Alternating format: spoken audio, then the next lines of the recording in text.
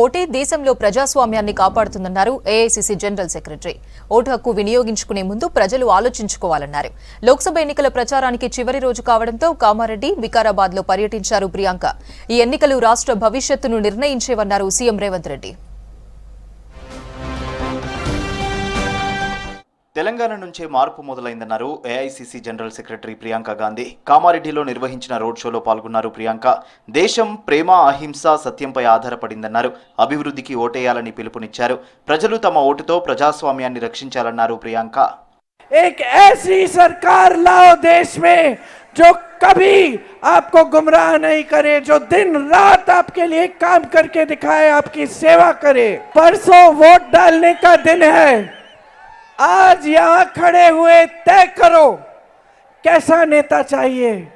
तय करो, आपको झूठा नेता चाहिए जो रोज रोज आपको झूठ बोलता है, या आपको ऐसा नेता चाहिए जो सच्चाई से कभी पीछे नहीं हटता।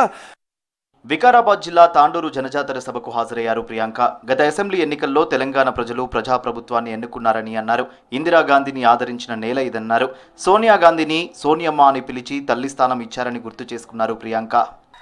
आपने इंदिरा गांधी जी को सम्मान दिया और उन्होंने अपने पूरे दिल से आपका सम्मान किया और आपका प्यार लौटाया।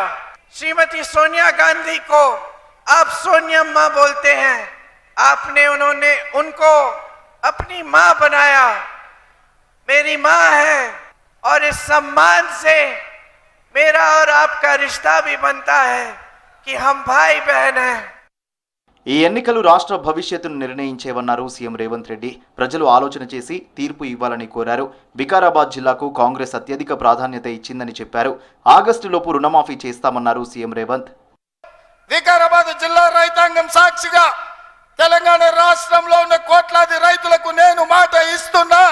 మన అనంతగిరి కొండల్లో ఉన్న పద్మనాభ స్వామి సాక్షిగా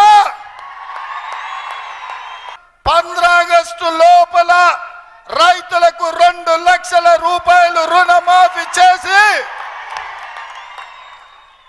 ఈ తెలంగాణ రైతాంగం యొక్క రుణం తీర్చుకునే బాధ్యత నేను తీసుకుంటా. ఎన్నికల ప్రచారం ముగియడంతో పోల్ మేనేజ్మెంట్ పై దృష్టి పెట్టారు నేతలు. గెలుపే లక్ష్యంగా పావులు కదుపుతున్నారు.